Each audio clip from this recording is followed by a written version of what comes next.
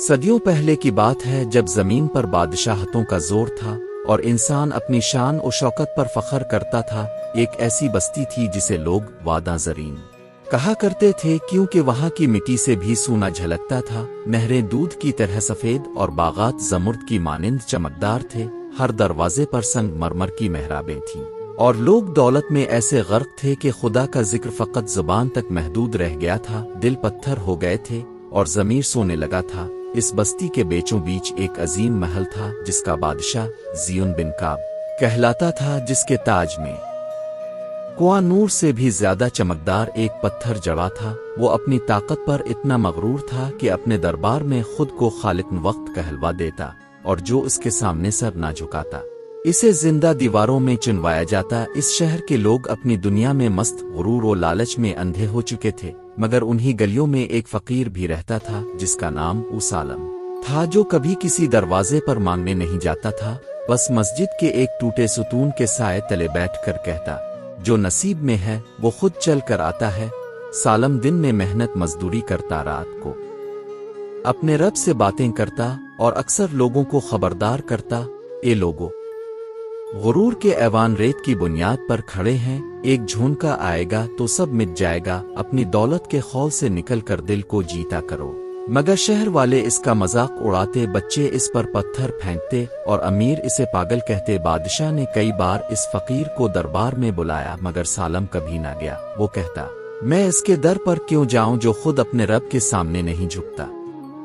ایک روز بادشاہ کو خبر ملی کہ سالم نے لوگوں کو یہ کہہ کر ڈرایا ہے کہ خدا کا عذاب قریب ہے۔ بادشاہ نے غصے میں آ کر اعلان کیا کہ کل صبح اس شخص کو شہر کے دروازے پر سولی دے دی جائے، تاکہ کوئی زبان دوبارہ میرا نام لے کر خوف نہ پھیلائے۔ مگر رات ہونے سے پہلے ہی فضا بدل گئی، آسمان پر سیاہ بادل چھا گئے، بجلی چمکنے لگی اور ہوا میں ایک عجیب سی بو پھیل گئی۔ سالم اپنے خیمے میں بیٹھا تسبیح پڑھ رہا تھا کہ اچانک زمین ہلنے لگی، پہاڑ گرجنے لگے اور شہر کی دیواروں میں دراڑیں پڑنے لگیں۔ وہ بھاگ کر مینار پر چڑھ گیا اور روتے ہوئے آسمان کی طرف دیکھا، اے مالک، اب رحم فرما، ان کے دل پتھر ہیں۔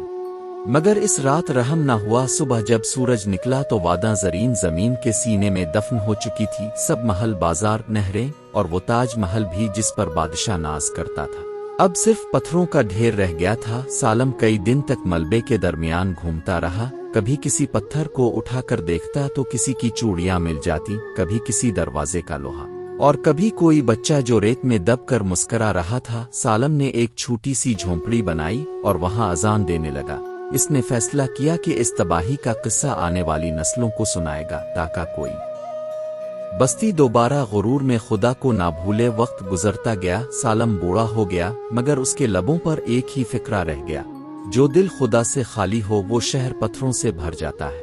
برسوں بعد جب مسافروں نے اس وادی کا راستہ پایا تو وہاں صرف پتھروں کے مجسمے تھے، جن نے انسانوں کی شکلیں جمی تھیں، جیسے وہ سب وقت کے ساتھ منجمد ہو گیا ہوں۔ کہا جاتا ہے کہ خدا نے ان کے غرور کو پتھر میں بدل دیا تاکہ آنے والے زمانے عبرت پکڑیں، اور آج بھی جب تیز ہوا چلتی ہے تو ان پتھروں کے بیچ سے ایک دردناک آواز آتی ہے، جیسے کوئی کہہ رہا ہو، ہم نے خدا کو بھلا دیا تھا۔ کچھ لوگ کہتے ہیں کہ سالم کا مزار اب بھی وادی کے کنارے موجود ہے، جہاں رات کے آخری پہر ایک روشنی نمودار ہوتی ہے جو دھیرے دھیرے آسمان میں گم ہو جاتی ہے، اور وہ روشنی دراصل اس فقیر کی دعا ہے جو اب بھی اپنی بستی کے لیے مغفرت مانگتا ہے۔ کئی صدیوں بعد ایک قافلہ وہاں سے گزرا، انہوں نے ان پتھروں کو دیکھا اور حیران رہ گئے۔ ایک بزرگ قافلے والے نے کہا، یہ پتھر نہیں، یہ غرور کے جنازے ہیں۔